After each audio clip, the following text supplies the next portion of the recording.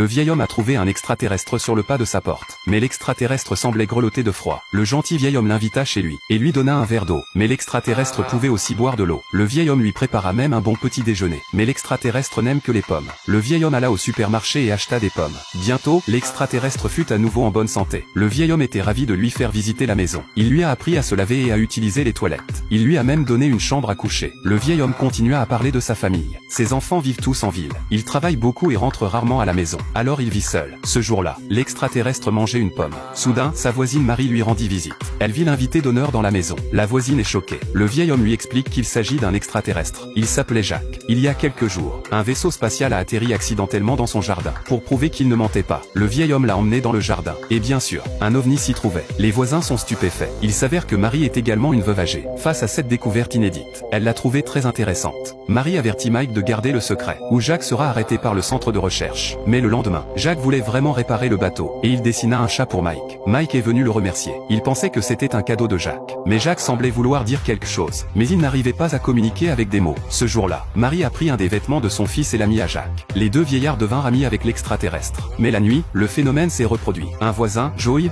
découvrit le secret de la maison de Mike. Bientôt, la sonnette de la porte retentit. Le secret ne pouvait plus être caché. Par chance, Joy était aussi une femme âgée qui vivait seule. Elle est également très intéressée par l'histoire. Joy a juré de garder le secret. Elle n'en parlera jamais à personne. Jacques sortit un autre dessin. Cette fois, il y avait 7 chats sur la feuille. Les 3 vieillards se mirent alors à réfléchir. Jacques doit essayer de faire passer un message. Ils sont rapidement arrivés à une conclusion. Jacques voulait probablement avoir 7 chats. Le lendemain, ils ont trouvé un chat mort sur le pas de la porte. D'après l'expression du visage de Jacques, il avait dû être trouvé sur le bord de la route. Jacques a remis un autre tableau.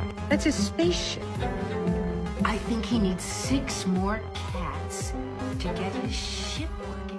Les 3 vieillards ont soudain compris ce qui se passait. Ils se sont mis à chercher le corps du chat. Ce comportement bizarre a attiré l'attention de la police.